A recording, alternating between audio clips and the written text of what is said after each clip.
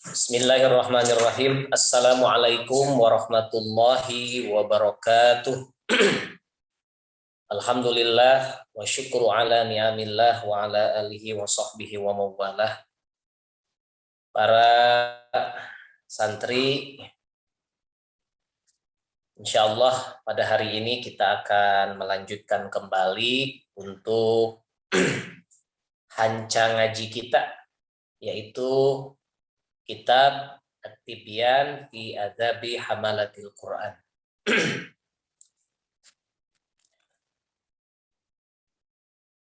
Mudah-mudahan kitab yang kita kaji saat ini, yang kita pelajari saat ini, senantiasa memberikan keberkahan kepada kita semua, terutama bagi orang-orang yang senantiasa mengharapkan ridho dari Allah Subhanahu wa Ta'ala. Dan mudah-mudahan dengan wasilah kita ngaji, semua urusan kita dimudahkan oleh Allah Subhanahu wa Ta'ala. Amin ya Allah ya Rabbal Alamin.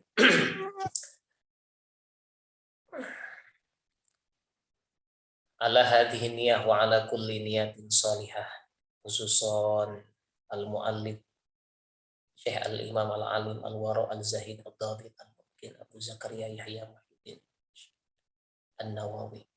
Al-Fatihah. A'udzu billahi minasyaitonir rajim. Bismillahirrahmanirrahim. Alhamdulillahi rabbil alamin. Arrahmanir rahim. Maliki yaumiddin. Iyyaka na'budu wa iyyaka nasta'in. Ihdinas siratal mustaqim. Siratal ladzina an'amta 'alaihim ghairil maghdubi 'alaihim waladdallin.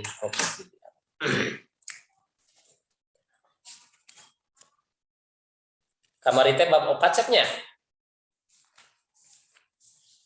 Mun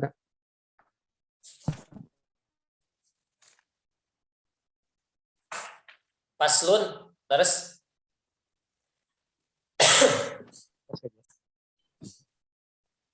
pasal kahijinya. Pasal kahiji, pasal kedua. Wayang kedua, wayang bagi. Wayang baginya. Oh.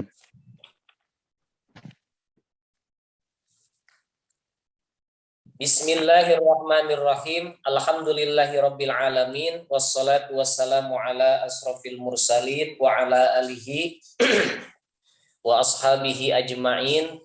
Qala al-musannifu rahimahullahu ta'ala wa nafa'ana wa bi'ulumihi fid dharaini amin ya Allah ya rabbal alamin.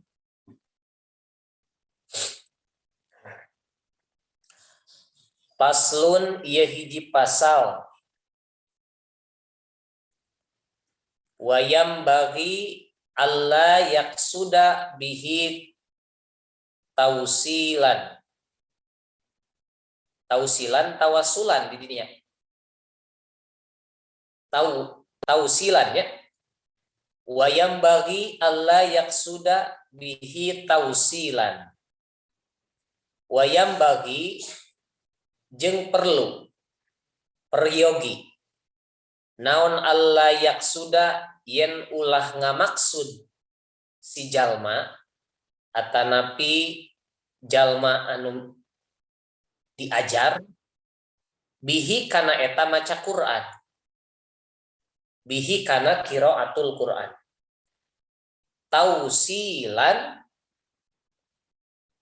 Tausilan kana ngadatangkeun ila ghardin pikeun hiji tujuan min agradid dunya tina pirang-pirang tujuan dunia, min malin tina harta, auriyasatin atawa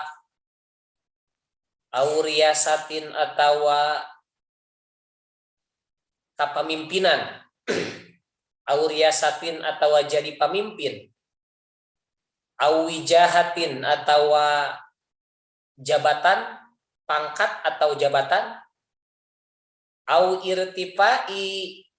irtifain atawa ngunggulan ala akronihi tetap kalawan reng-renganana eta qori nyata jalma nu maca Quran ala akronihi tetep kalawan rerencanganana atau babaturanana eta qori teh jalma anu maca Quran ausanain atawa di alam dipuji indan nasi mungguh manusia ausorpin atawa ngarahkeun ausorpin atawa ngarahkeun wujuhan nasi kana perhatianana manusia ilaihi tetep pikeun eta qori ilaihi tetep pikeun jalma anu maca Quran au nahwi dzalika atawa saumpamana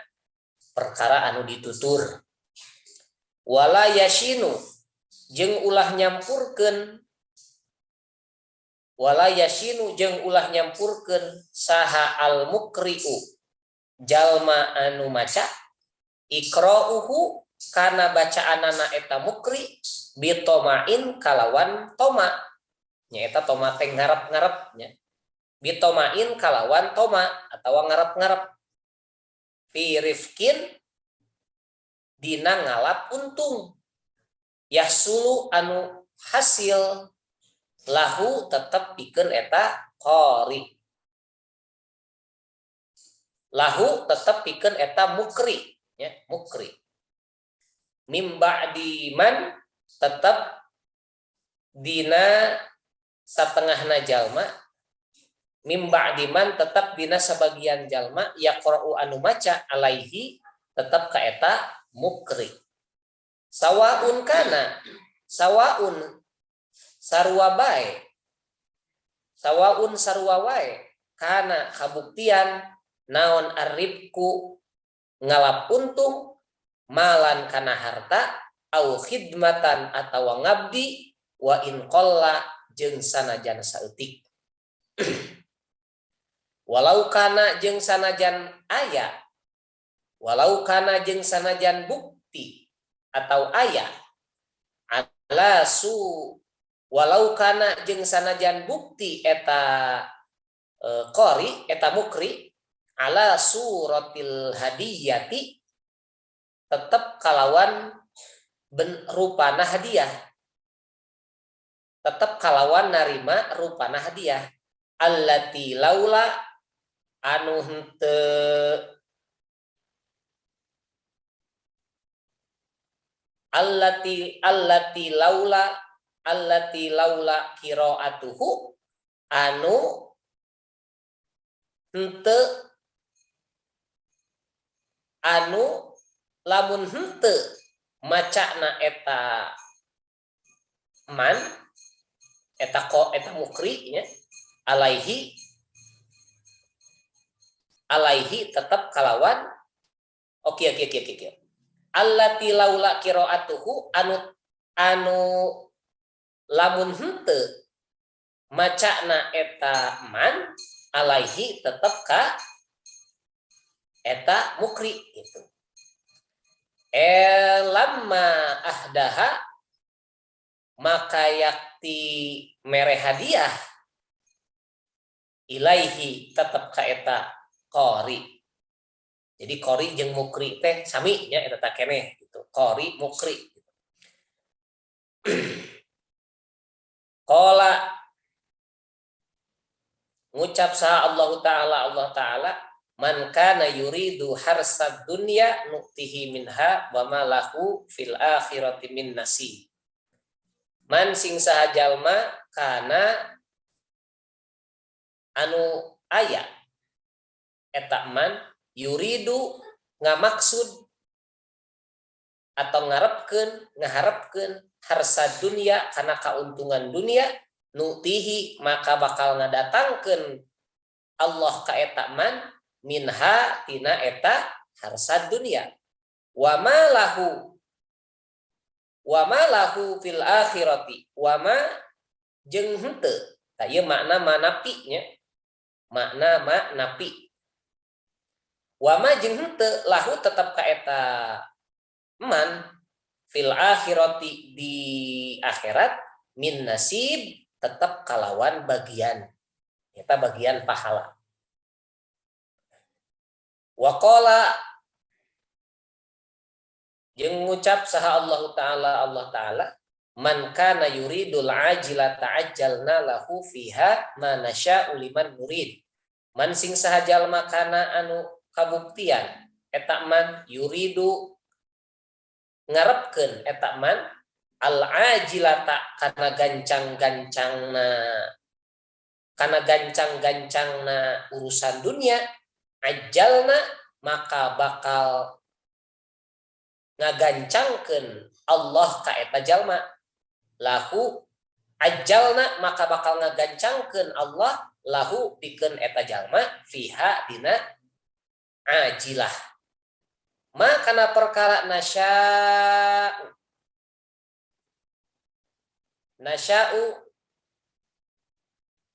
anu ngersakeun Allah liman pikeun eta jalma nuridu anu di pika maksud Allah ka eta jalma.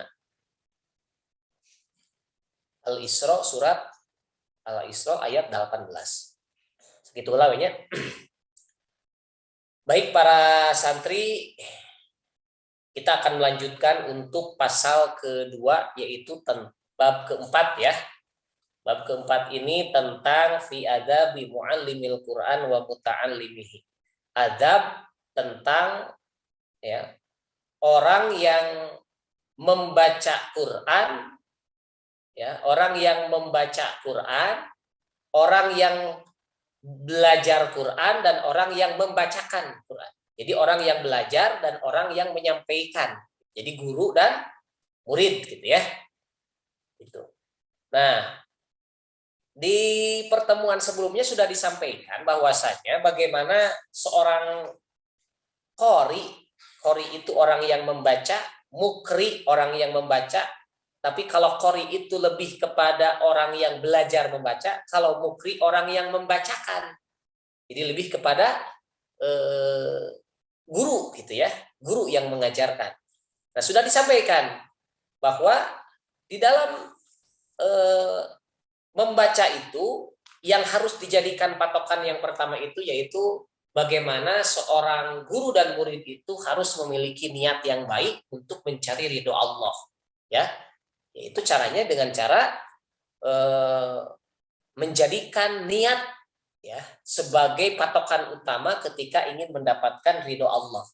Jadi kalau misalkan orang berkata saya bekerja untuk mencari ridho Allah, maka tanya dulu niatnya. Tanya kepada dirinya sendiri, niatnya apa? Ya, kalau niat kita sudah bagus, maka ridho Allah itu akan kita dapatkan. Tapi kalau misalkan niatnya sudah melenceng atau sudah keluar, maka yang kita harapkan untuk mencapai ridho Allah itu mungkin jauh untuk terlaksana. Nah, ini adalah kelanjutan.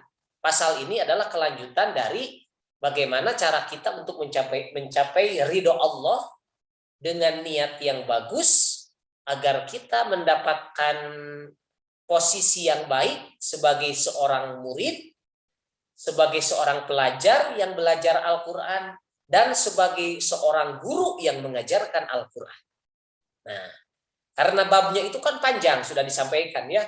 Jadi babnya itu sangat panjang, muntasyirun jiddan, gitu ya, sangat melebar dalam setiap pasal-pasalnya.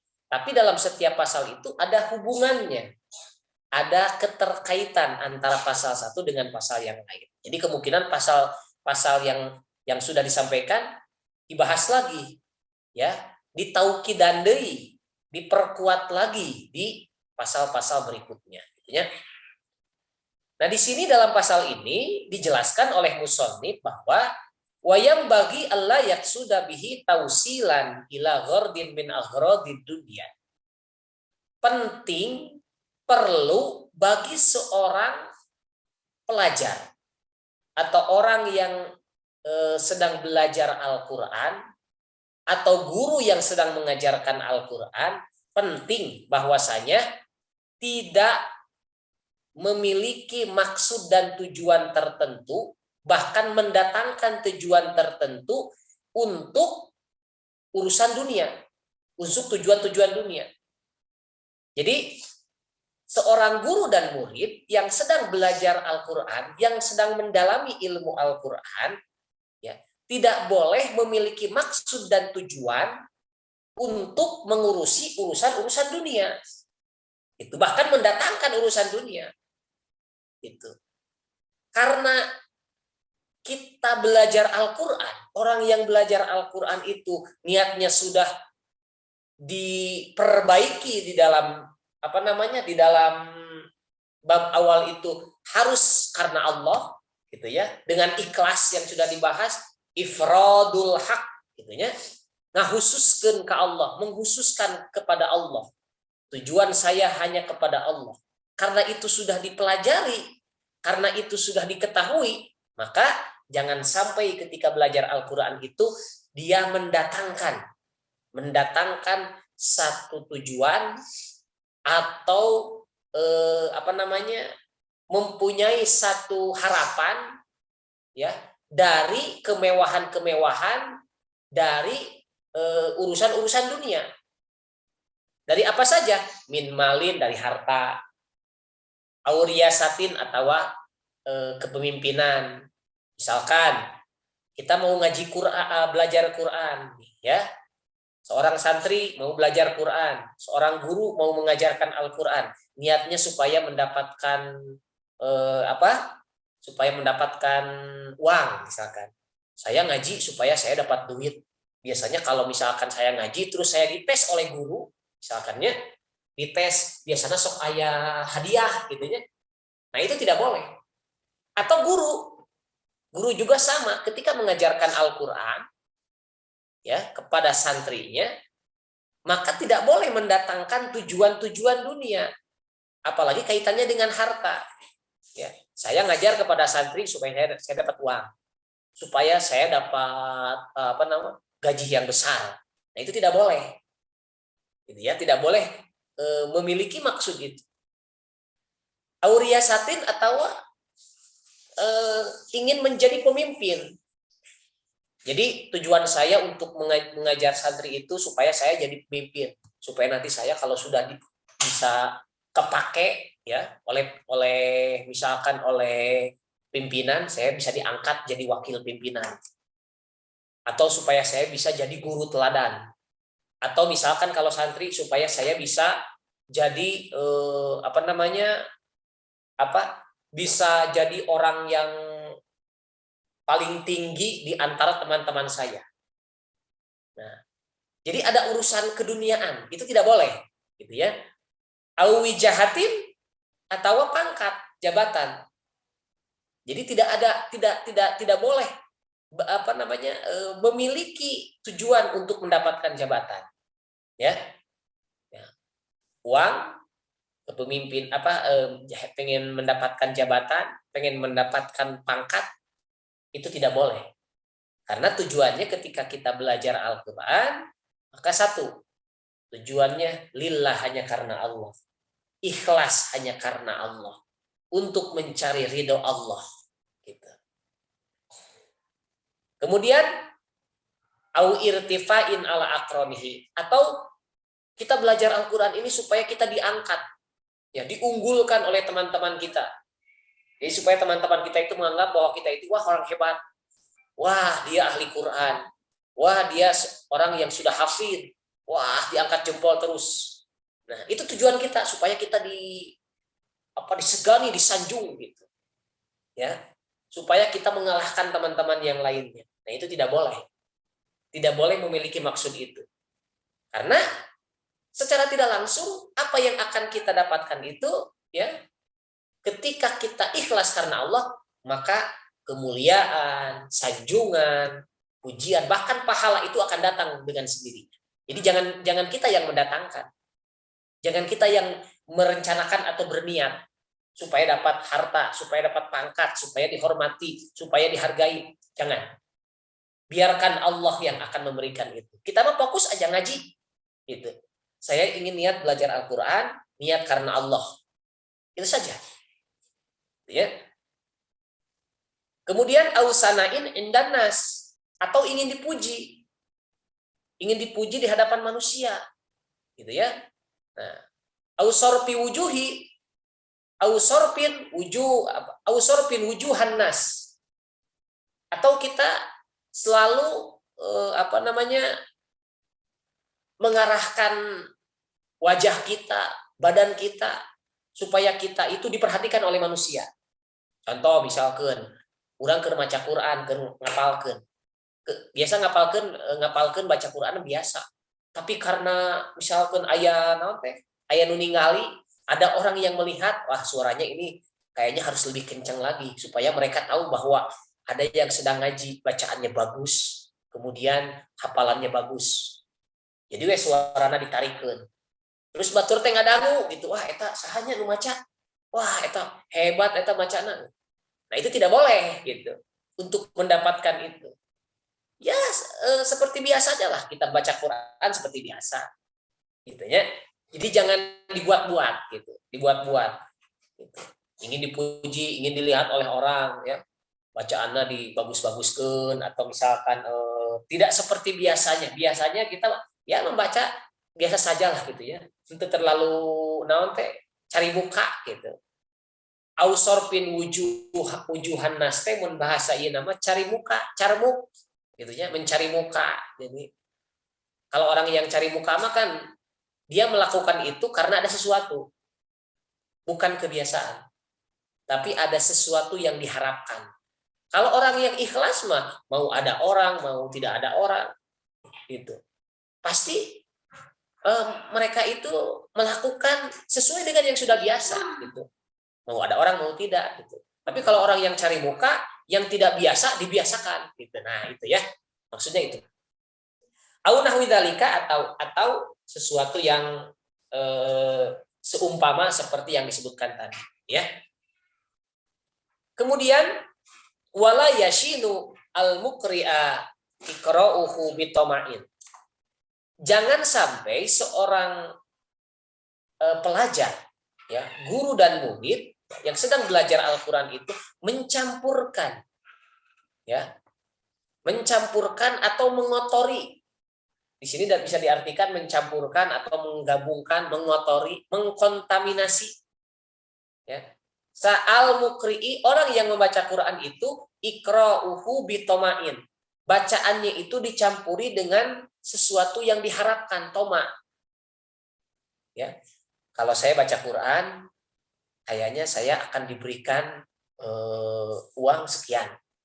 Kalau saya baca Quran, kayaknya saya akan dijadikan sebagai pemimpin. Kalau saya baca Quran, kayaknya saya akan dijadikan ustadz. Wah, kesempatan dia gitu. Nah, tidak boleh ada harapan itu, tidak boleh dicampurkan dengan itu. Ketika kita mau baca Quran, ya baca aja. Kita mengharap ridho Allah gitu aja.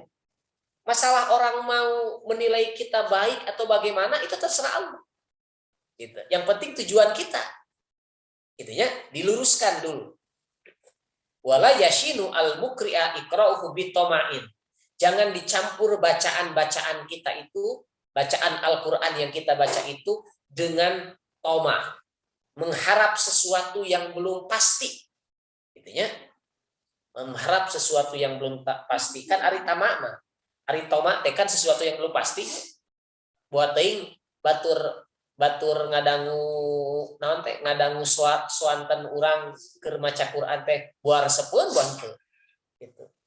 Maksudna buar sepeun buan teu teh kan katinggal jalmi anu naon teh anu macana di naon teh hayang dipuji maka tinggal gitu ya. Nah, jadi mengharapkan sesuatu yang toma yang belum pasti. Sedangkan sesuatu yang toma itu termasuk sesuatu yang angan-angan. Gitu ai toma mah can aya geus dibayangkeun. Can aya geus di pikiran gitu. Wah bakal menang sakieu kieu geus kabayangkeun we gitu. Padahal cantang tuh gitu. Fi rifkin dina ngalap untung. Gitu. Jadi bacaan yang dibacanya teh bagaimana supaya bisa menjadi keuntungan. Gitu. Orang lain bisa menerima kita dan kita mendapatkan untung. Ya tadi itu ya dari benda, dari harta, dari pangkat, kedudukan, dari pujian dan lain sebagainya. Yahsulu lahu min ba'di man yaqra'u alaihi sawa'un kana ar-ribhu malan au khidmah. Nah, atau ketika kita diberikan sesuatu ya seperti hadiah oleh orang-orang yang mendengarkan bacaan kita, maka itu sama saja seperti kita mengharapkan hadiah itu. Gitu ya. Jadi maksudnya kalaupun ya sekalipun kita pernah diberikan sesuatu oleh orang-orang yang mendengarkan bacaan kita dengan hadiah. Misalkan sok meninggalkan upami ayanu ngawas, pernah melihat kalian kalau ada yang ngaji sok air nyawer ayahnya lah geningan ngawas sebagai seayat nyawer 100.000 200.000 tapi hadiah, walaupun orang yang memberinya itu memang dia bukan bermaksud untuk memberikan hadiah tapi untuk memuliakan orang yang baca Quran. Nah, bagaimana dengan itu? Nah, itu ya termasuk sesuatu yang kita harapkan. Maka ketika kita mau baca Quran atau kita mau tampil menjadi qori, orang yang baca Quran, tidak boleh ada niat itu. Wah, kalau saya baca pasti saya anu nyawer ya. Kalau saya baca pasti saya bakal aya nu ngasih naon gitu ya. Tidak boleh. Kalaupun ada pada kenyataannya kita dikasih hadiah gitu ya. Dikasih hadiah oleh orang tersebut gitu ya. Ya, kalau ketika sudah diberi ya kita terima. Asalkan tidak boleh ada niat kita dari awal saya mau ngaji di dinya. Saya akan ngaji di sana karena biasanya di sana mah suka disawer. Itu. Nah, itu yang tidak boleh. Jadi ada maksud, ada niat ya, mendatangkan sesuatu keduniaan, ya. Kayak tadi gitu ya. Ingin ini gitu. Jadi diukur. Ya, diukur dengan sesuatu. Makanya kalau orang yang ahli Quran itu sebetulnya berat, ya. Ahli Quran mah berat. Kajia memberikan contoh. Orang yang ahli Quran itu ya sebetulnya dia harus jauh dari perkara-perkara yang urusannya dunia. Contoh, Kajia gaduh rerencangan, ya. Kajia punya teman ya, seorang hafidz Quran. Dia belajar hafal Quran sejak usia 12 tahun. 12 tahun udah hafal Quran. Ya. Karena di pesantrennya di sana di Kudus, di daerah Kudus, ya. Di daerah Kudus itu anak-anak baru kelas 1 SD, bahkan TK itu sudah diajarkan untuk hafal Quran, ngapalkeun Quran. Jadi lulus SD, masuk SMP, SMA itu dia sudah hafid Quran. Hampir semua gitu. Makanya kalau di Jawa itu tidak aneh gitu ya. Kalau orang-orang anak kecil sudah hafid Quran gitu. Tapi syaratnya satu. Syaratnya satu apa? Tidak boleh mengikuti lomba baca Quran seperti musabaqoh MTQ. Musabaqoh tilawatil Quran. Jika diurang ya MTQ gitu ya, seperti lombakeun. Ya, lomba MTQ. Nah, orang-orang yang hafidz Quran itu ya, yang betul-betul ahli Quran itu dia sangat bukan anti, dia sangat hati-hati dengan adanya MTQ itu.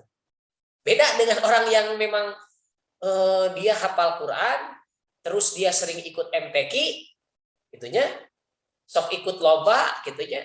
Nah itu khawatirnya apa? Dia punya tujuan di dalam dirinya.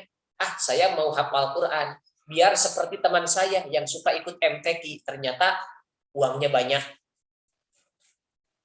Dapat gratis umroh, dapat gratis haji, dapat hadiah dari gubernur, dapat hadiah dari presiden, dari wali kota. Nah itu harapan-harapan itu yang mendatangkan dunia. Makanya coba para santri semuanya cek. Orang-orang yang di pesantren Quran itu yang betul-betul di pesantren Qurannya yang hafid, ya, bukan hanya pondok Quran. Ayo kebalatak pondok Qurannya. bukan hanya pondok Quran, tapi pesantren Quran yang bersanad. Ya, pesantren Quran yang bersanad, kemudian yang mempunyai ijazah, ya, kemudian yang mempunyai gurunya yang jelas, yang punya pesantrennya betul-betul kiai, bukan bukan orang biasa, gitunya. Kan di kita mah banyak sekarang pondok Quran, pondok tahfidz. Anu gaduhna saha? Nu gaduhna misalkan sanes ajengan-ajengan acan. Bukan santri, tapi dia pengusaha.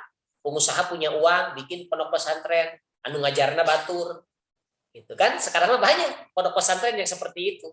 Makanya kalau pondok-pondok tahfidz, pondok pesantren, misalkan yang notabene ya pemiliknya tidak memiliki basic pesantren, maka mohon maaf, sanadnya dipertanyakan, gitu ya, keilmuannya dipertanyakan, gurunya saha gitu. Jadi makanya kalau masuk pesantren kalau masuk ke pesantren Quran itu harus pemiliknya itu kiai, ajengan, ustadz yang betul-betul memiliki sanad keilmuan yang jelas. Entong asal naon teh? Entong asal orang. Kajian sudah banyak menemukan ini di Jawa Barat ini banyak itu bersebaran pesantren-pesantren Quran, ya, pondok tahfidz, pondok Al-Quran, ya, anu tempat nate di luhur gunung gitu, di mana gitunya. Nah, ternyata pas ditanya, pas dicek, saha pemimpinnya, siapa yang punya pesantren ini? Ternyata lihat dari basicnya juga, ini bukan orang, kayaknya bukan orang pesantren gitu. Dia seorang pengusaha, aya nu pengusaha lele, aya nu pengusaha kain, aya nu pengusaha sarang walet, macam-macam lah gitu. Dia bukan kiai. Saha nu ngajarna batur. Jadi batur disewa dengan gaji. Sok saha nu hafid Quran, ditampung, direkrut untuk mengajar di pesantrennya, untuk mengajarkan kepada para santri. Beda dengan di Kudus. Maaf, kajian nyebut salah satu aja ya, di Kudus misalkan. Soalnya sudah terbukti ini di Kudus. Pesantrennya itu pemiliknya kiai. Semua keluarganya kiai. Yang ngajarnya itu keluarga kiai. Bersanad lagi. Akhirnya apa? Ternyata mereka betul, ya, bisa membuahkan bibit-bibit hafid Quran semenjak kecil. Budak SD bisa hafal Quran, SMP bisa hafal Quran, molotok Quran. Ini bukti, gitu ya. Kalau zaman sekarang banyak gitu orang yang sudah hafal Quran, tapi ternyata ngabid'ahkeun. Banyak yang membid'ahkan, padahal dia belajar Al-Quran itu. Seorang hafidz Quran berani membid'ahkan sesuatu, ya, amalan-amalan dibid'ahkeun, padahal dia hafidz Quran. Makanya aneh, gitu. Ari antum hafidz Quran, mohon nah abut ngabid'ahkeun gitu. Kalau seorang hafidz Quran dia tidak akan membid'ahkan sesuatu, berarti dari keilmuannya harus dipertanyakan, ya. Makanya perlunya belajar kitab At-Tibyan itu salah satunya itu, agar kita bisa memilah dan memilih mana belajar ilmu Quran itu, ya, kepada siapa belajar ilmu Quran itu, agar kita bisa mengikuti sesuai dengan apa yang sudah diajarkan oleh para ulama-ulama kita terdahulu, khususnya tentang Al-Quran. Ya, makanya tadi menjauhkan diri, ya, tidak boleh bermaksud terhadap urusan keduniaan. Salah satunya itu, ya, orang yang hafal Quran di pesantren-pesantren Quran itu dilarang, bukan dilarang, dijaga kehati-hatiannya supaya tidak ikut musabaqah, supaya tidak ikut MTQ. Kenapa supaya tidak ikut MTQ? Padahal MTQ itu kan baik gitu ya, pas tabiqul khairat, berlomba-lomba dalam kebaikan. Memang betul, akan tetapi ada dunianya di sana. Ada dunianya. Boleh jadi ketika dia lomba ingin mendapatkan hadiah juara 1. Boleh jadi dia lomba ingin mendapatkan beasiswa. Macam-macam. Itu kan urusan dunia. Gitu. Makanya hati-hati. Sampai kajia menyimak sendiri, ya, teman kajia sendiri ketika diajak musabaqah, ya, ketika diajak MTQ tidak mau, gitu, tidak mau, gitu ya. Kenapa tidak mau? Ya belum mau, tidak mau. Padahal dia sudah hafil Quran 30 juz, tapi tidak mau ikut musabaqah. Dia mungkin berpegang kepada pesan dari gurunya. Hati-hati, hati-hati dalam mengamalkan Quran, gitu. Dalam membaca Quran, jangan sampai ada dunia yang masuk. Itu. Jadi ya, salah satunya. Makanya coba kalian cek kembali. Bagaimana orang-orang yang hafidz Quran, hafidz sejati, hafidz Quran dengan sanad yang jelas, kan kena di ijazahnya hari Quran teh gitu. Nah, bagaimana kehati-hatian mereka terhadap dunia. Musabaqah bente gitu. Ini salah satu contoh saja ini. Allah berfirman dalam Al-Qur'an dalam surat Asy-Syura ayat 20, "Man kana yuridu harsad dunya nu'tihi minha wa ma lahu fil akhirati min nasib." Barang siapa yang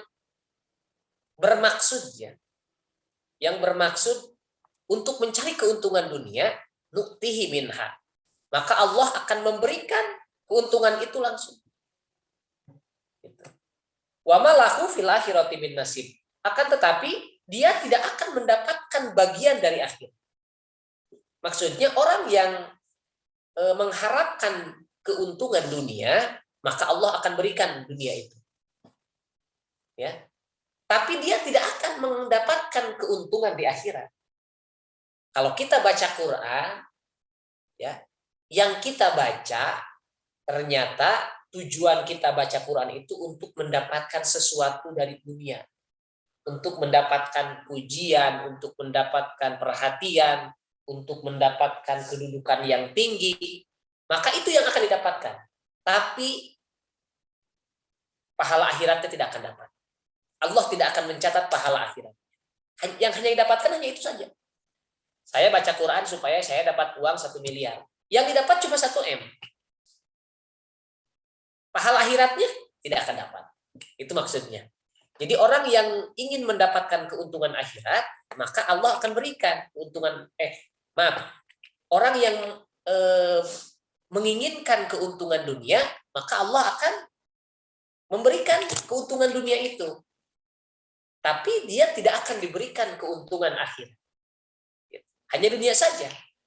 Nah, ini sambung sebelum ayat ini Allah berfirman, "Man kana yuridul akhirah nazid lahu min harsi." Nah, di ayat 20 itu sebelum kalimat ini ada ayat awalnya, "Man kana yuridul akhirah nazid lahu fi harsi. Man kana yuridu harsad dunya nu'tihi minha." Nah, sampai kadinya. Jadi pertamanya kalau orang memiliki harapan untuk mendapatkan keuntungan akhirat, maka Allah akan tambahkan akhiratnya dapat, dunianya pun akan dapat. Gitu ya. Kalau orang baca Qur'annya ikhlas karena Allah, ridho karena Allah, maka dunianya akan dapat, ya. Allah akan mudahkan untuk mendapatkan dunia, misalkan dia dihargai, dimuliakan oleh orang, ya. Bukan keinginannya, tapi dari niat dia fokus untuk mencari akhirat. Allah akan mudahkan agar dia diberikan kemuliaan oleh manusia, dan Allah akan memberikan pahala juga. Beda dengan orang yang hanya mengharapkan keuntungan dunia. Allah akan berikan keuntungan dunia saja, akan tetapi Allah tidak akan memberikan bagian dari keuntungan akhirat. Kita rugi nate. Jadi ngan saukur dunia hukul menang nate. Itu ya. Makanya harus hati-hati ketika kita mau membaca Al-Qur'an. Kemudian di dalam surat Al-Isra Allah berfirman, "Man kana yuridul ajilata ajjalna lahu fiha ma nasya liman nurid." Barang siapa yang mengharapkan, ya, barang siapa yang mengharapkan al-ajilata, ya, cepat-cepatnya kebutuhan dunia itu diijabah. Jadi yang mengharapkan urusan dunia itu cepat-cepat diijabah, ajalna, maka Allah akan cepat mengijabah. Jadi kalau kita urusan dunia mah gampang diijabah. Gitu. Kalau urusan dunia, mana sya'u liman nurid. Allah akan memberikan sesuatu itu ya, terhadap orang-orang yang Allah kehendaki sesuai dengan kehendak Allah. Jadi sebetulnya kalau orang meminta urusan dunia akan Allah kasih sebetulnya. Beda dengan akhirat. Akhirat itu kalau ingin diberikan maka harus ada fokus dulu. Harus fokus terhadap akhirat. Orang yang memiliki tujuan dunia, dia tidak mungkin mendapatkan akhirat. Gitu. Tapi kalau orang yang tujuannya akhirat, maka dia pasti, ya. Kalau fokus dalam urusan akhirat, maka akhiratnya akan dapat, dunianya pun akan diraih.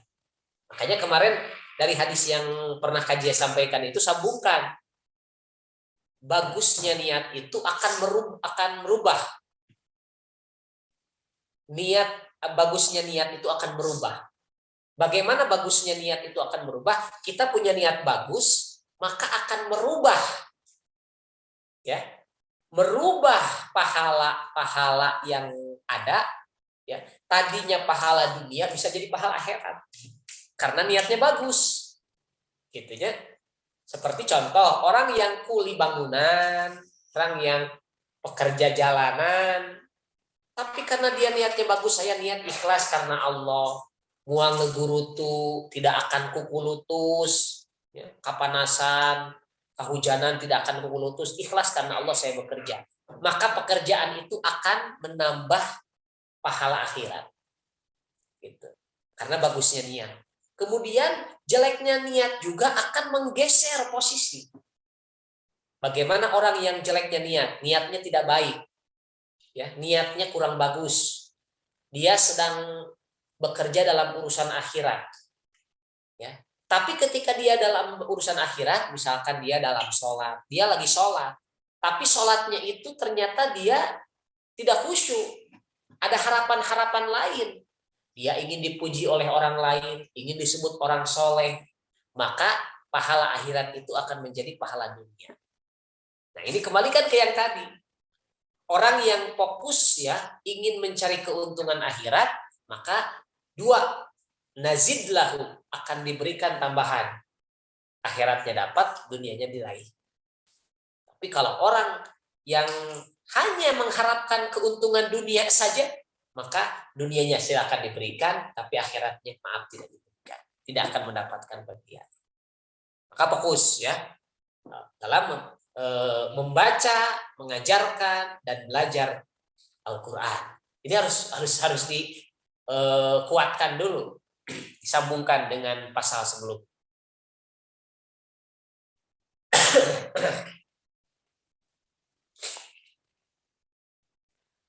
Wa an Abi Hurairah wa an Abi Hurairah jeung katampi ti Abu Hurairah radhiyallahu muga-muga ngaridoan saha Allah anhu ka Abu Hurairah. Qala ngucap Abu Hurairah, qala parantos ngucap saha Rasulullah sallallahu alaihi wasallam, man ta'allama ilman mimma yubtagha bihi wajhullahi ta'ala. Man sing saha jalma ta'allama anu diajar eta man ilman kana hiji ilmu mimma tina perkara yubtagha anu dipilari eta ma bihi kalawan man naon wajhullahi ta'ala karidoanana Allah ta'ala. Wajhu bimakna ridho, ya. Naon wajhullahi ta'ala karidoan Allah ta'ala. La yata'allumuhu halna henteu diajar man kana eta ilmu illa liusiba angin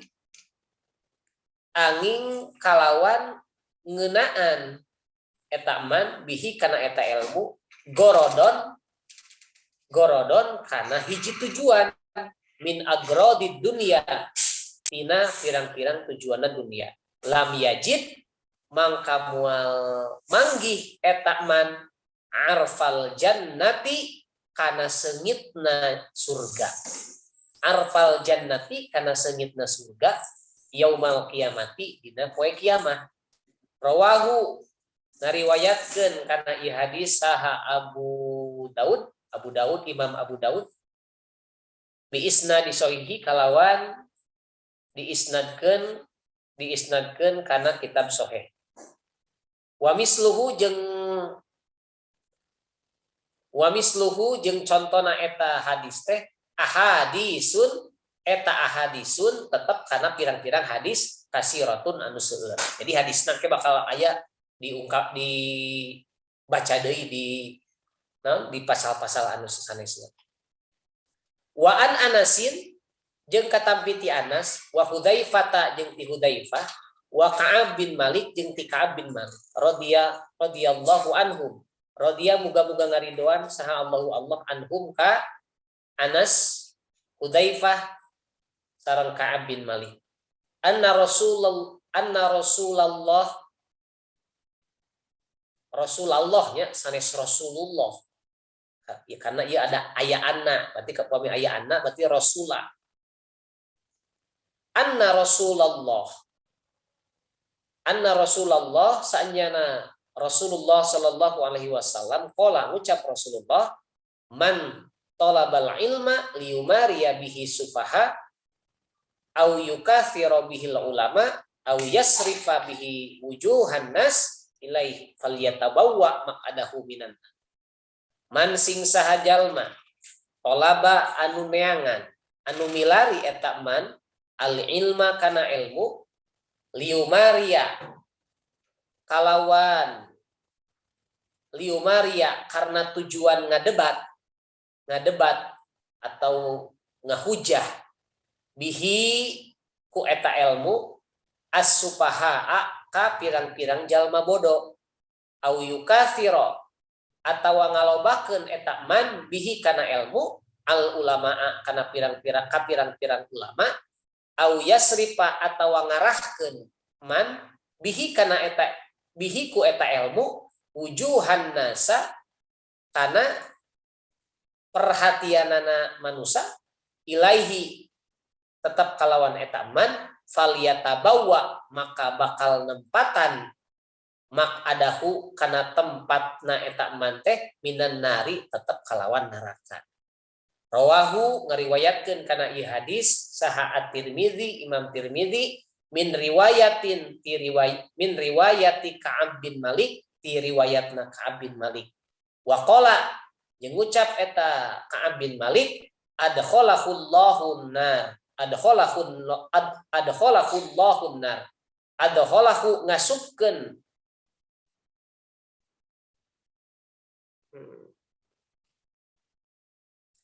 ngasupkeun ka eta jalma saha Allahu Allah annaro kana neraka. Nah, selanjutnya ini ada hadis dari Rasulullah SAW. Rasul bersabda, "Man ta'allama ilman mimma yubtagha bihi wajhullah." Barang siapa yang mencari ilmu, belajar terhadap satu ilmu, ya, dan dia mengharap, ya, dan dia hanya mencari keridhaan Allah. Dia hanya mencari, yang dia cari hanyalah keridhaan Allah Subhanahu wa taala. Jadi maksudnya barang siapa yang mencari ilmu, maka yang harus dicari itu adalah keridhaan Allah. Gitu ya. Yang harus dicari oleh dia itu hanyalah keridhaan Allah dalam mencari ilmu. Walaupun ilmu yang dicari itu jauh, lama, panjang, sangat sulit, susah, tetap yang dicarinya adalah keridhaan Allah. Apa ciri keridhaan Allah? Ya tadi, harus ditanamkan di dalam diri kita niat yang bagus. Niatnya saya untuk mencari ilmu. Kemudian la yata'allamuhu illa liyusiba bihi gharadan min agradid dunya. Tidaklah seseorang itu belajar dalam mencari ilmu itu kecuali kalau dia dalam mencari ilmu itu mendapatkan sesuatu gordon min agradid dunya, mendapatkan suatu hal, tujuan dari tujuan dunia, menginginkan sesuatu dari dunia, falam yajid arfal jannah yaumal qiyamah, maka dia tidak akan mencium wanginya surga di hari kiamat nanti. Jadi maksudnya beda dengan tadi. Kalau kita mencari ilmu harus karena ingin mengharapkan ridho Allah. Nah, jangan sampai kita mencari ilmu itu, ya, ketika kita mau mencari ilmu, didapatkan ada tujuan-tujuan dari tujuan dunia. Nah, jangan sampai. Kenapa tidak boleh? Karena bahaya nantinya. Falam yajid arfadul jannah. Dia tidak akan mendapatkan wanginya surga. Jangankan masuk surga, mencium wanginya juga tidak bisa. Siapa? Orang yang belajar, ya, atau dia sedang menuntut ilmu, dia sedang belajar Al-Quran, tapi di dalam hatinya, di dalam dirinya ada tujuan-tujuan tertentu dalam bacaan itu. Saya ingin ini, ya, seperti yang tadi sudah disebutkan. Maka dia tidak akan mencium bau surga. Jangankan masuk surga, mencium baunya pun tidak akan pernah diberikan. Nah, makanya ini harus dijaga oleh kita agar jangan sampai dunia itu merasuk, ya, di dalam tujuan kita untuk mendapatkan akhirat yang lebih baik. Kemudian dari Anas, Hudzaifah, Ka'ab bin Malik pernah menyampaikan, man talabal ilma yumariya bihi sufaha au yukathira bihil ulama. Barang siapa, man talaba, barang siapa yang mencari al-ilma, mencari ilmu, liumariya bihi sufaha, dia mencari dengan ilmunya itu selalu mendebat, bahkan selalu melecehkan, menghinakan orang-orang bodoh, bahkan membodohi orang-orang bodoh, gitu ya. Dengan ilmunya dia membodohi orang-orang bodoh, ngabobodoh onu bodoh, gitu ya. Au yukatsiru bihil ulama, atau dia berlebihan, selayaknya dia melebihi pendapat ulama. Ulama belum berpendapat, dia sudah berpendapat dengan fatwanya sendiri. Atau dia ingin dilihat, ya, mencari muka, mencari perhatian manusia, maka falyatabawwa maq'adahu alannar, dia akan mendapatkan tempat, yaitu neraka. Jadi ketika kita mencari ilmu, yang harus kita jaga itu jangan sampai ilmu yang kita miliki membodohi orang lain. Dah si eta mah teu apalan naon lah, dibodohi ke urang gitu. Jadi contohnya kieu, orang yang bodoh bertanya kepada kita, maka kalau kita tidak tahu ya tidak tahu gitu. Entong sampai ke apal ge diapal-apal we gitu. Jadi itu membodohi orang bodoh. Istilah nama dzallun mudhillun, sesat dan menyesatkan gitu. Bahaya iya. Atau dijadikan senjata kepada orang-orang bodoh gitu. Jadi seolah-olah ketika bertemu dengan orang bodoh ini kita selalu berdalil gitu, ya. Selalu berdalil, dan orang bodoh itu percaya gitu kepada kita. Nah, itu bahaya. Jangan sampai ilmu yang kita miliki ini membodohi orang bodoh. Atau misalkan mendebat, menghinakan orang bodoh. Jadi jangan membandingkan. Lah, misalkan kamu mah orang bodoh, saya dulu orang pintar, harus bicara. Nah, jangan sampai membandingkan gitu, ya. Jadi liumaria itu artinya membandingkan, menghina, mendebat. Yang paling penting adalah membodohi orang bodoh. Kemudian au yukatsira bihil ulama, bersikap berlebihan, ya, seperti layaknya ulama. Seperti apa contohnya? Ya, jadi seolah-olah kita seperti ulama. Jadi kita belum layak menjadi ulama, tapi kita seperti ulama. Banyak aina makannya gitu. Jadi mencari fatwa itu bukan kepada kiai, tapi kepada, ya, ustadz yang baru kemarin belajarnya, ini fatwa gitu. Atau kepada orang yang ini bacaan Qur'annya merdu gitu. Padahal belum tentu dia menjadi ahli Quran. Aqra'uhum, bacaannya itu sudah menjadi orang seperti ahli Quran. Hanya merdunya saja misalkan dijadikan patokan gitu. Nah, ini bahaya, ini melebihi ulama ini gitu. Banyak sekarang bahaya orang-orang meminta fatwa kepada orang yang tidak tepat ulama-ulama yang harusnya dijadikan tempat untuk meminta fatwa, mereka tidak mau. Ini bahaya. Makanya aya istilahnya mufti liar. Terang mufti itu orang yang selalu memberikan fatwa. Jadi para ulama itu disebutnya mufti, kiai itu disebutnya mufti.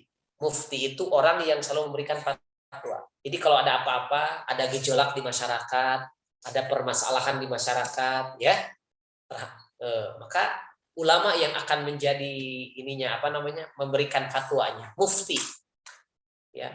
Bagaimana ini pendapatnya, gitu ya? Itu kiai. Gitu. Jadi jangan kepada orang-orang yang misalkan dilihat dari posturnya, gitu ya. Pedah di kopeah, gitu ya. Pedah sok naon teh bacaan Qur'ana misalkan merdu gitu. Belum tentu. Ya, gitu ya. Karena yang harus memberikan fatwa itu para ulama, kiai. Nah, ilmu yang kita miliki jangan sampai berlebihan, melebihi apa pendapat para ulama. Mentang-mentang kita tahu, lalu kita langsung memberikan fatwa itu. Tenang, ada ulama, ada guru kita, ada orang yang lebih tua dari kita, gitu. Nah, kita mah diam saja dulu. Nanti kalau diminta baru, gitu maksudnya. Jangan robot gitu mendiam lah. Atau yang terakhir, kita ingin mendapatkan perhatian dari manusia dengan ilmu itu. Ya. Nih, saya dari Timur Tengah. Saya belajar Qur'annya di mana? Di Mesir. Wah, nih, kan orang beranggapan ini hebat. Oh, sampai di sanjung-sanjung. Saya belajar hadisnya di mana? Di Afrika, gitu, di Sudan, ya begitunya. Saya belajar hadis di Sudan. Belajar hadis mah di Indonesia ge aya gitu ya. Nah, jadi sampai mencari perhatian untuk dibanggakan oleh manusia dengan ilmu yang kita miliki. Maka Allah akan memberikan ancaman kepada kita. Tempatnya adalah di neraka. Hati-hati. Makanya para santri sekalian, orang itu bisa selamat dengan ilmunya dan orang bisa celaka dengan ilmunya. Gitu ya, kesimpulan dina hadis ini. Jadi orang itu bisa celaka, orang itu bisa selamat dengan ilmu yang dimilikinya. Ya, selamat dengan ilmunya. Ilmunya diamalkan dan ditempatkan di tempat yang sebenarnya. Gitu. Ya. Kemudian ilmu itu bisa celaka. Ya, bisa mencelakakan kita. Banyak. Orang yang pintar dicelakakan dengan ilmunya banyak. Gitu ya. Banyak. Ada setan pintar setan teh pintar ya teh. Luar biasa. Tapi cilaka geuningan. Sebab naon? Ilmu yang dimilikinya ya, itu tidak memenuhi syarat gitu. Jadi ilmunya tidak mengalir seperti air. Kan ada ilmu masih gacai geuninnya. Dia sudah sampaikan di dalam kitab ta'lim ya. Ai ilmu mah siga cai. Jadi mengalir ke tempat yang rendah. Gitu dah ilmu. Jadi ilmu itu akan bertolak belakang dengan orang yang sombong. Al ilmu harbun lil muta'ali. Gitu. Itunya ilmu itu jadi musuh bagi orang-orang yang al muta'ali itu orang-orang yang tinggi, itu orang-orang yang sombong. Karena ilmu itu mengalir seperti air. Air kan sifatnya tiluhur ke handap. Tetap ngalir gitu. Makanya kenapa orang yang semakin banyak ilmu harus semakin tawadu? Karena semakin tawadu akan semakin nambah ilmunya. Lamun orang semakin banyak ilmu semakin sombong, maka ilmu itu akan terhalang. Balik deui gitu. Mantul deui gitu. Jadi itu ya. Makanya mudah-mudahan ilmu yang kita miliki ini bisa menyelamatkan kita. Tidak sampai mencelakakan kita. Banyak orang yang celaka dengan ilmunya. Maka ilmu ini memang bukan jaminan, ya, bukan jaminan ilmu ini. Kalau ilmu tidak diamalkan, maka ilmunya tidak akan menyelamatkan kita. Kalau ilmu ini ya hanya dijadikan senjata tadi untuk membodohi orang, untuk dijadikan fatwa-fatwa yang melebihi para ulama, ilmu ini hanya dijadikan sebagai kesombongan bagi orang lain di hadapan manusia, maka tidak akan menyelamatkan, ya. Itu. Jadi mudah-mudahan dengan ilmu yang kita miliki kita bisa selamat, terutama ilmu dalam Al-Quran. Nah, kembali ke yang tadi, kesimpulannya ini adalah sambungan dari tadi. Intinya ketika kita belajar Quran, maka jangan sampai ada tujuan-tujuan dunia menghampiri kita. Bukan tidak boleh dengan dunia itu. Dunia boleh, akan tetapi harus kita fokuskan dulu dengan akhirat. Gitu ya, maksudnya fokuskan. Fokuskan akhirat, baru dunia akan diraih. Gitu ya, wabtaghi fima ataqallahu daral akhir. Cari urusan akhirat, wala tansa nasibaka minal dunya. Dan jangan melupakan dunia. Iya, jangan dilupakan dunia. Tapi akhirat harus fokus lah, fokus akhirat. Kemudian dunianya, setelah fokus akhirat, maka Allah akan membukakan kita untuk mencari dunia. Gitu. Tong dunia lah, gitu. Itu ya. Sakitu heula panginten. Itu dulu mungkin Sep, karena waktu sudah jam 8 lebih.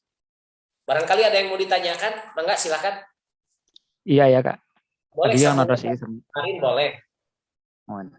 seperti teh dia, Pak Ustadz Badan Naros, kadang untuk memotivasi prestasi Al-Quran anak-anak, orang tua suka menjanjikan ke anak sejak awal kalau capaian hafalan Al-Qur'annya sekian akan diberikan hadiah sekian. Nah, bagaimana mindset orang tua dan anak supaya tidak menjadi salah niat seperti itu? Nuhun. Ya, bagus. Ini pertanyaan yang luar biasa. Kadang kajian menjawabnya sesuai dengan kemampuan yang kajian tahu dan kajian alami. Gitu ya.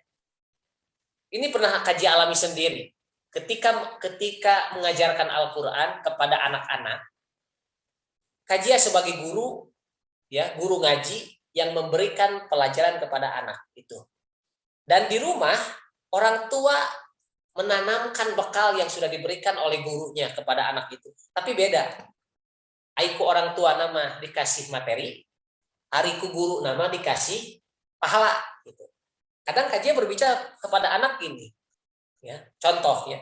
Kalau kalian menjadi guru ngaji, seperti yang kajian alami, Bapak tidak akan memberikan kalau kamu hafal sekian juz, kalau kamu hari ini targetnya selesai, ya Bapak akan memberikan pahala doa.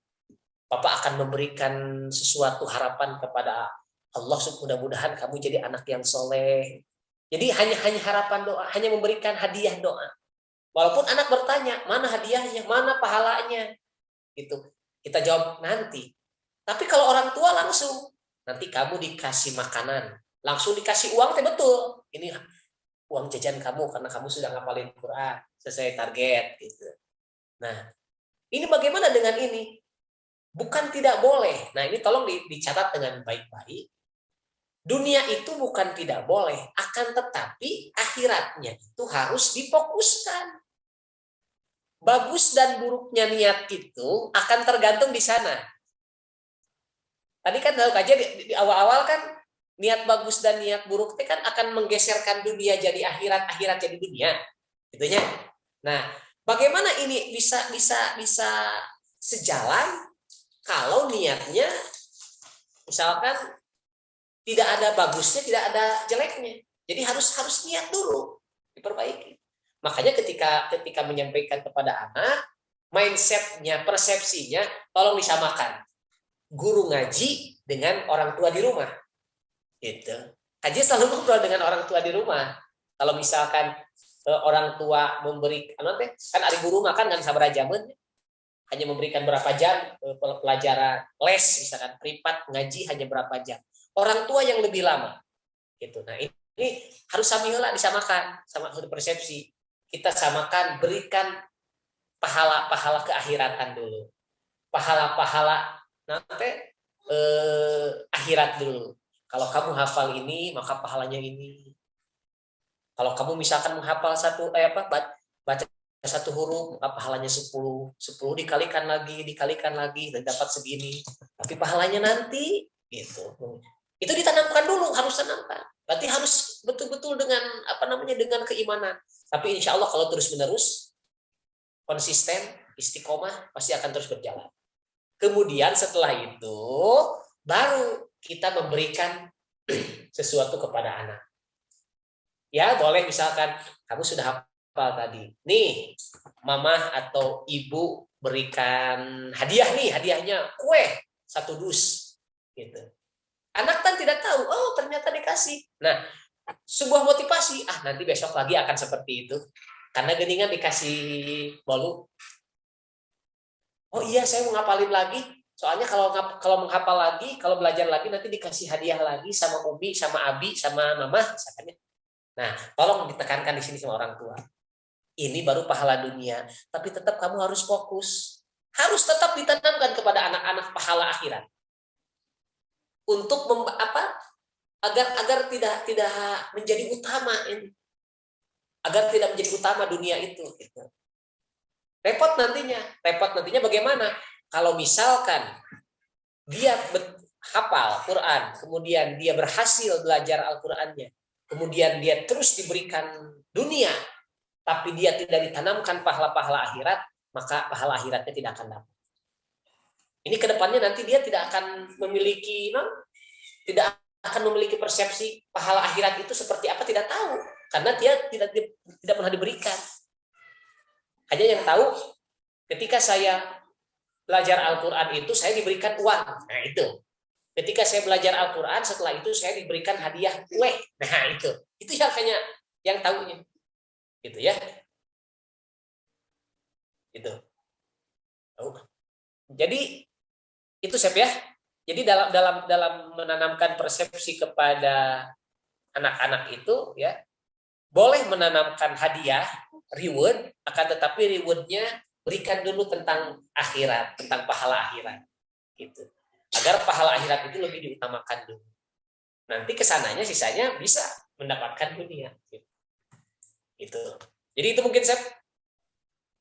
Enggak, ya hiji deui Kak. Mangga.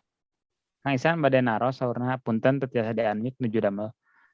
Bade naros ka dia mohon penjelasannya terkait ulama su atau ulama munafik, yang mana sering orang menuduh kepada ulama dengan ringannya menyebut ulama munafik seperti sangka. Lalu bagaimana cara mengenali ulama seperti itu? Hatur nuhun saurna. Ya, kalau disebut ulama munafik agak berat ya, karena munafik itu lebih kalau dicapkan kepada ulama agak berat ya. Kalau kajian sendiri agak malu disebutnya. Masa ada disebut ulama munafik gitu ya. Karena munafik itu lebih kepada sesuatu yang tidak baik gitu ya. Kalau ulama dicap tidak baik, waduh, itu sudah menjadi berita yang buruk lah gitu ya bagi kajiannya. Akan tetapi kita harus menyadari bahwasanya ulama munafik. Jadi ketika kita ingin berbuat baik, mengistiqomahkan, mengimani apa yang sudah ada di dalam diri kita, dan orang lain itu tidak biasa dengan apa yang kita sampaikan, maka pasti kita disebutnya munafik. Munafik kata mah, sok alim, sok pinter. Padahal kita berusaha untuk menanamkan istiqomah. Gitu. Jangankan seperti itu. Di lingkungan masyarakat sekarang saja. Bagaimana ketika orang-orang di perkotaan, ya, dia rajin sholat ke masjid, ya, sebelum dia rajin baca Quran, orang lain sedang di luar, ya, sedang rame-ramenya bermain-main, tapi dia sendiri ngaji Quran di masjid, kan disebutnya munafik, gitu. So alim. Nah, itu sebetulnya sebuah tantangan bagi kita seorang santri, seorang guru, ya, seorang ustadz, kiai, ya, agar kata munafik itu tidak ada. Sebetulnya kita tidak ingin menjadi seperti munafik itu. Hanya orang-orang beranggapannya bahwa kita disebutnya sok alim. Padahal kita ingin menanamkan istiqomah kita dalam ibadah. Kita ingin istiqomah dalam ibadah supaya terus-menerus. Tapi orang selalu melihatnya seperti itu. Yang pasti munafik itu tidak boleh kepada 3 hal. Tetap ketika kita berbicara kita harus jujur, ya. Kalau kita bicara sudah jujur, maka kita jauh dari munafik, bukan munafik. Kalau kita berjanji tidak ingkar, kalau kita diberikan amanah tidak khianat, berarti kita tidak munafik. Jadi 3, ya, ciri orang munafik itu. Nah, kalau ciri-ciri ulama yang ulama munafik, ya, mungkin tidak adalah ulama munafik itu. Itu hanya persepsi sebagian orang saja. Tidak terimanya keberadaan ulama yang memang ulama itu ingin ingin istiqomah dalam ibadah, ingin memberikan nasihat, ya, saling menasihati yang baik kepada orang-orang, tapi mereka tidak menerima itu. Jadi jangan sampai kita juga berkata ada ulama-ulama yang ulama-ulama yang munafik itu. Kalau ulama munafik mungkin ulama itu dari ain lam mim, ya, ulama gitu ya. Orang yang tahu, diberi kemampuan untuk tahu, ilmu pengetahuan yang tinggi. Tapi kalau ulama alif, ya, ulama itu artinya ular air, orai cai gitu. Ula itu orai, ma cai. Berarti ulama orai cai masuk keluar leor. Nah, ulama yang seperti itu mungkin orang bisa beranggapannya munafik, ya. Katanya ulama, ya, tapi suka berbuat ini. Katanya ulama, tapi ucapan dengan perbuatannya tidak sesuai. Munafik gitu. Nah, itu mungkin, tapi mudah-mudahan, ya, mudah-mudahan ciri ulama munafik itu tidak disematkan lah. Janganlah disematkan kepada ulama munafik. Kayak tidak pantas lah. Ulama itu ulama soleh, ulama sabar, gitunya. Ulama yang bersih, yang suci. Itu ya tuh ulama mantap, ulama munafik lah. Asa kurang baik ngadanguna gitu. Tapi mudah-mudahan ini suatu pelajaran bagi kita supaya kita terus memiliki ilmu dan mengamalkan ilmu yang kita miliki. Karena sejatinya semua dari kita adalah ulama. Semua dari kita adalah ulama, gitu ya. Orang-orang yang diberi kemampuan ilmu, yang diberikan ilmu oleh Allah. Akan tetapi ulamanya mungkin kita ulama yang ikut kepada ulama, gitu. Bukan ulama yang sejati. Kalau ulama sejati mungkin orang-orang yang sudah bisa soleh, gitu ya. Kalau kita semua ya mungkin ulama, ya, yang ikut kepada ulama. Kalau ikut ulama maka meruginya ikut-ikutan ulama. Ulama yang ikut kepada ulama, gitu. Ikut kepada ulama dan belajar ingin menjadi ulama, gitu. Itu mungkin Sep lemut kajian. Mohon Kak, atur nuhun. Sep? Atos ta acan aya di. Oh, mohon. Kalau tidak ada berarti diakhiri saja. Insya Allah nanti minggu depan kita lanjutkan kembali di dalam pasal selanjutnya. Sebelumnya Haji ucapkan terima kasih yang sudah bisa mengaji terus, ya. Tadinya minggu ini ingin sebetulnya ingin langsung ke madrasah, gitu ya. Ingin langsung ke madrasah, hanya ya qadarullah mungkin ada sesuatu hal yang tidak bisa ditinggalkan. Jadi dengan jarak yang lumayan jauh gitu Sep, ya. Sore hari sampai menjelang maghrib harus ada acara yang diisi dulu, jadi sempat tidak bisa, gitu ya. Mudah-mudahan nanti minggu depan bisa dimulai. Biasa di kawitan kanggo online, mudah-mudahan gitu. Mudah-mudahan, insya Allah mudah-mudahan sehat sadayana, sing dipaparin kalancaran, kesehatan, sing istiqomah dina ngaosna sadayana, mudah-mudahan sing manfaat ilmuna sadayana. Faslun wal yahdar kullal hadri Wallahu a'lam.